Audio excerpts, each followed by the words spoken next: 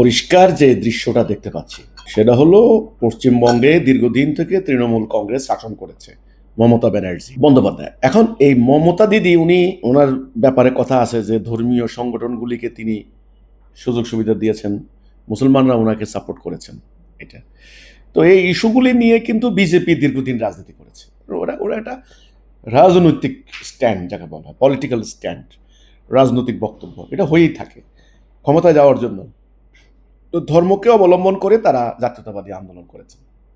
হ্যাঁ, এটা কিন্তু সত্য কথা, এটা অস্বীকার করার কোনো জো নাই যে হাসিনার পতনের পর ইন্টারিমের টাইমে ব্যাপকভাবে ভারত বিরোধী, ভারত বিদ্বেষী বক্তব্য এবং কঠিন কট্টর ভাষায় আমাদের ঢাকা থেকে বক্তব্য দেওয়া হয়েছে, বাংলাদেশ থেকে হয়েছে ভারত বিরোধী বক্তব্য, ভারতীয় আধিপত্যবাদ বিরোধী ইত্যাদি।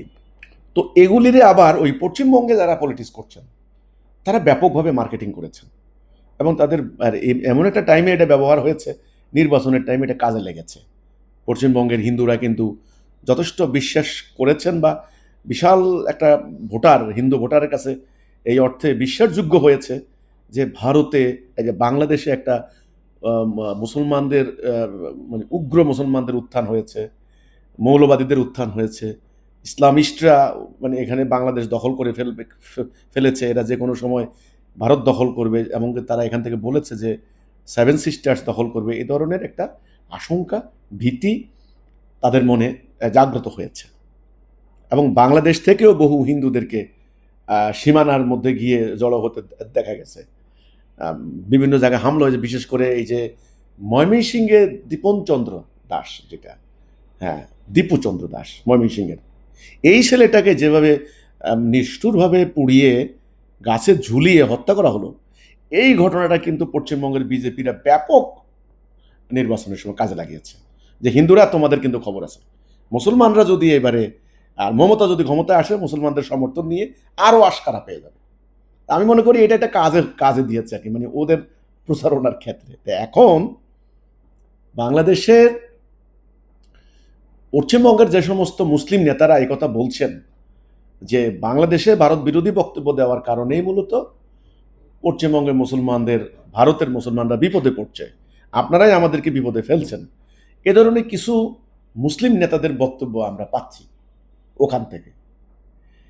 তো এখন আপনি বললেন এই ব্যাপারে আমার বক্তব্য, আমি বলবো না, এটাতে আমি একমত না।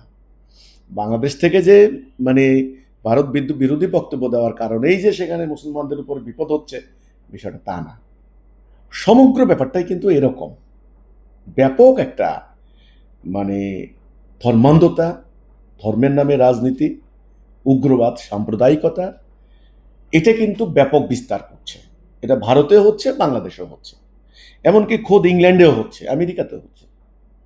ওকে, এটা কিন্তু ব্যবহার করছে, ভারতে হিন্দুত্ববাদকে চাগিয়ে তুলছে, এখানে ইসলামী সেন্টিমেন্টটাকে চাগিয়ে তুলছে। ইংল্যান্ডে আমরা এই যে কট্টর ইংল্যান্ডের ডানপন্থী বলা হয়, এরা মিছিল করেছে আবার সেই সাম্রাজ্যবাদের পক্ষে, মানে অ্যান্টি মুসলিম সেন্টিমেন্ট নিয়ে।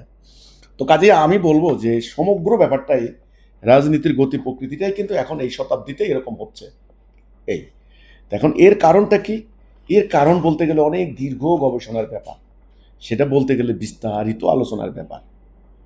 আমি প্রথম বলবো এটা সাম্রাজ্যবাদী উপনিবেশিকদের একটা চক্রান্তের অংশ, এটাও একটা অংশ।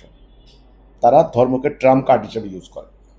আসলে ধর্ম কায়েম হবে না, ঠিক আছে? ধর্মের যে চিরন্তন শাশ্বত চিরসত্য যে নীতি, সত্য, হক, ন্যায়, এটা কিন্তু কায়েম হবে না। রাজনৈতিক সুবিধায় পাওয়া যাবে এখানেও ওখানেও।